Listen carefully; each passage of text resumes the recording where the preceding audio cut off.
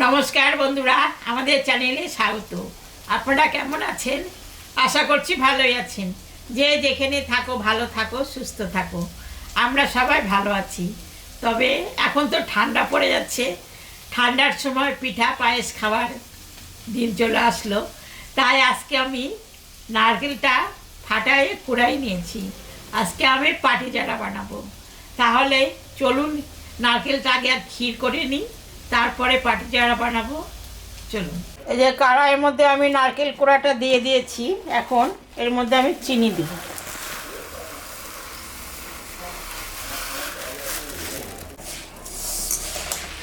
এটা একটু ভালো করে মাখায় নিতে হবে।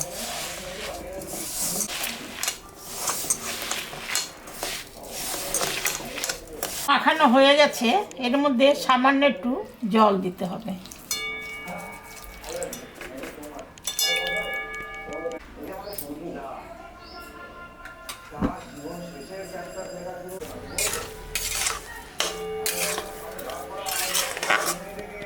সুজি ভিজায় রাখছি। এই সুজিটা আমি ভিজায় রাখছি। এটা 10 মিনিট ভিজানো থাকবে। এখানে আমি গোবিন্দভোগ চাল ভিজাইছি। চালটা ভিজে গেলে বাটে নিতে হবে। এখন আমি এই সুজিটার মধ্যে চিনিও দিয়ে দিব।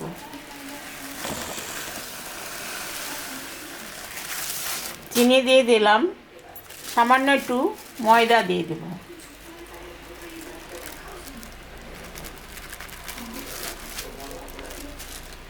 গেলে গোবিন্দভোগ চালটা বাটে নিয়ে এর সঙ্গে মিক্সড করে দিতে হবে।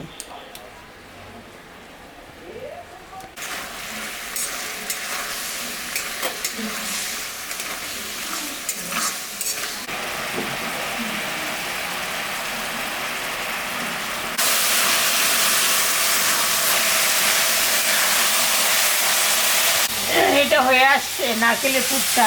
এখন আমি এর মধ্যে 1 প্যাকেট আমুল দেব।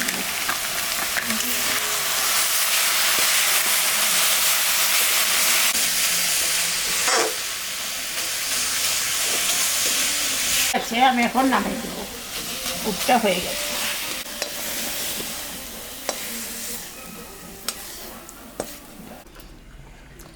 আমি সুজি আর ময়দা ভিজায় রাখছিলাম চিনি দিয়ে।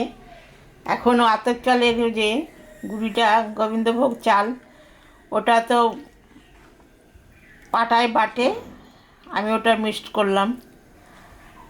এখন পাটিজারা ভাজবো। আমার সব রেডি হয়ে গেছে। আমি এখন পাটিজারাটা ভাজবো।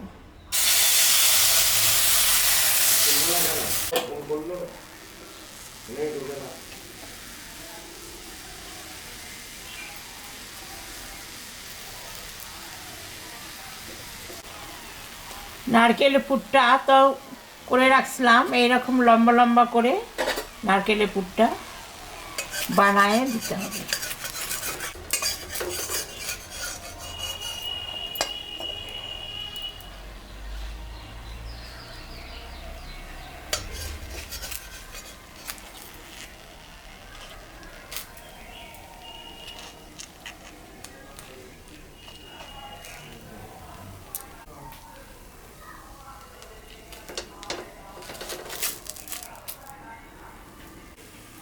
এটা হয়ে গেছে। এটা এখন আমি তুলে নিলাম।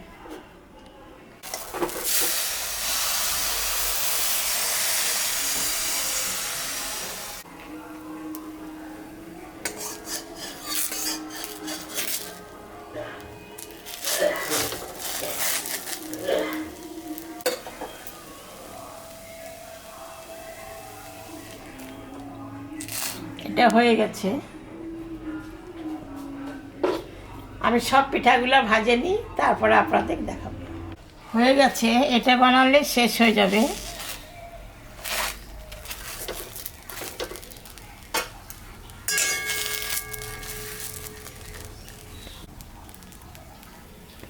এই যে দেখুন, সব পিঠাগুলো আমার বানানো হয়ে গেছে।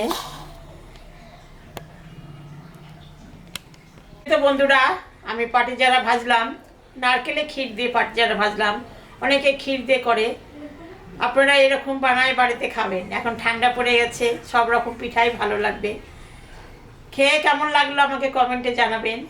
আমাদের চ্যানেলটাকে সবাই একটু সাবস্ক্রাইব করবেন, ভিডিওটাকে দেখবেন, শুরু থেকে শেষ অবধি দেখবেন। ভালো লাগলে লাইক করবেন, শেয়ার করবেন।